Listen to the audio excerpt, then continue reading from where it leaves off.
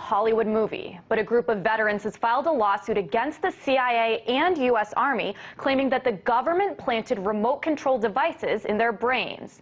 The claims relate to a government program at the U.S. Army's Edgewood Arsenal in Maryland, where scientists tested hundreds of chemical and biological substances on at least 7,800 servicemen.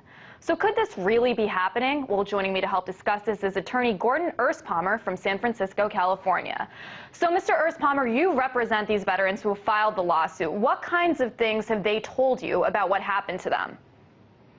Well, there are a variety of different circumstances they found themselves in, but one man, for example, was given a very potent hallucinogenic drug in a very high dose and left by himself, and he saw bugs under his fingernails, and he ended up taking a razor blade out of his mess kit and tearing out his fingernails under the influence of this psychotic drug. You mentioned the brain implants. So one of the plaintiffs has a brain implant that was pushed up his nose to the edge of his frontal lobe, and it is right on the periphery of his sinus cavity, and we believe it is a radio transmitter that enabled the government to remotely control his behavior.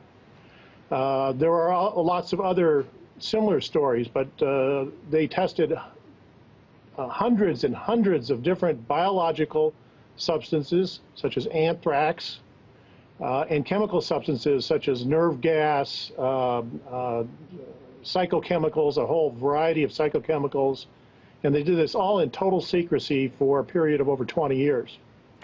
And as far as I understand, your clients can't get any monetary compensation from the CIA. So what exactly are you guys hoping for then? And explain to me a little bit why they can't get that monetary compensation. Okay. Well, veterans are in a peculiar class in this country.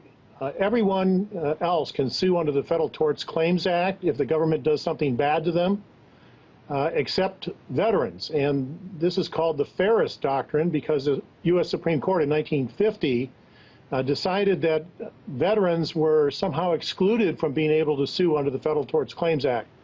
And so veteran cannot seek damages against the government. All the cases get thrown out. And part of the purpose of our case is to try to challenge that doctrine because it was not legislative. It was created by the U.S. Supreme Court during the middle of the Cold War.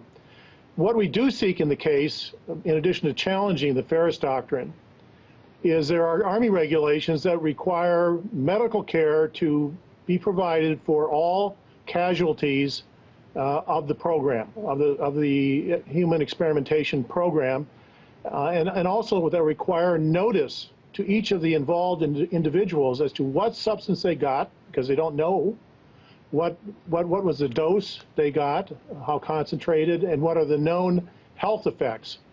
So we are asking for all relief in all those areas.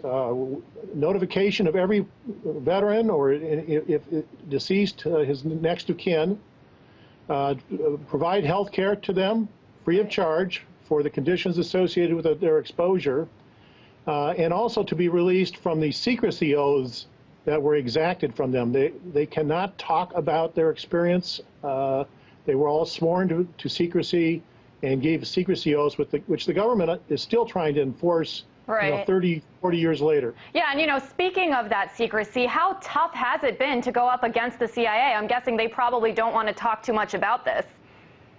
Well, the discovery in the first year and a half of the case has been almost impossible against the CIA.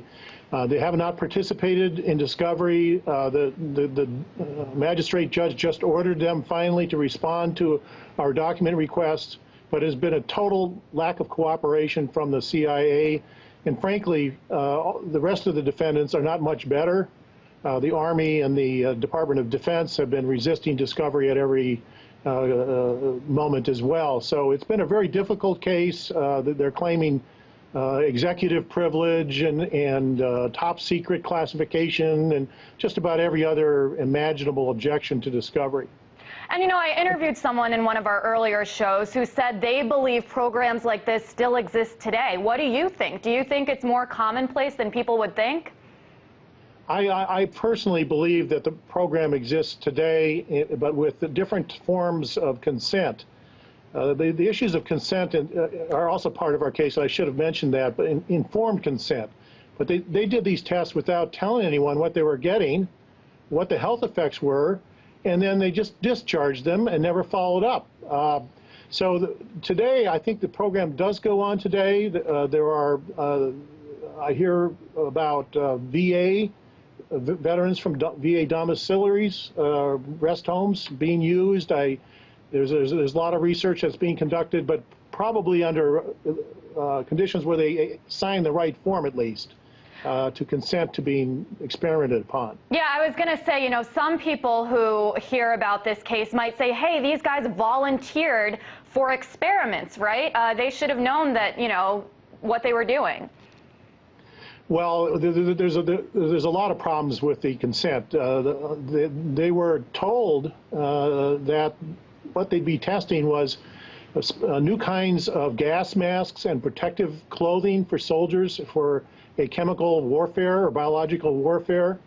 And once they got to the Edgewood Arsenal or one of a number of other sites, they kind of did a bait and switch on them.